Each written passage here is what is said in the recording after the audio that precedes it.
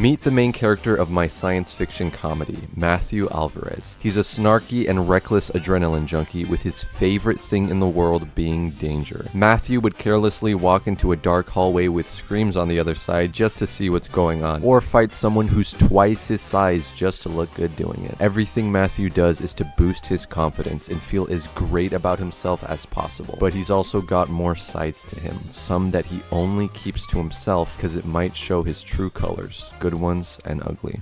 Matthew's best friend is Zach Jacobs, the eccentric goofball full of energy and voice impressions. He does anything in his power to make others laugh, mostly at his expense. Because of this, Zach is laid-back buddies with a lot of people, but he finds that he can always trust Matt because of their humble beginnings, so they're always together. However, there's more to Zach than meets the eye, as behind closed doors, his thoughts and painfully heavy nostalgia are deeper than most, and he's always trying his best to stay consistent around people. Michael Clark is next. He's the calm moral compass who is always trying to keep the peace in his surroundings. His manners and vocabulary are so far through the roof, you would probably think he's read all the beginner's guides on how to be a gentleman. Despite this, Michael's beliefs are strong, and he's adamant, especially when it comes to safety. He might seem collected and composed on the outside, but there's a thunderstorm of thoughts in his brain that makes day-to-day living extremely difficult, and for the past couple of years, he hasn't been able to quiet the storm. Nicholas Lewis is the most quiet of the friend group, but he's very passionate about a lot of things. Many people think he's weird or nerdy, but that's what makes him unique and charming. If you actually take the time to get to know him,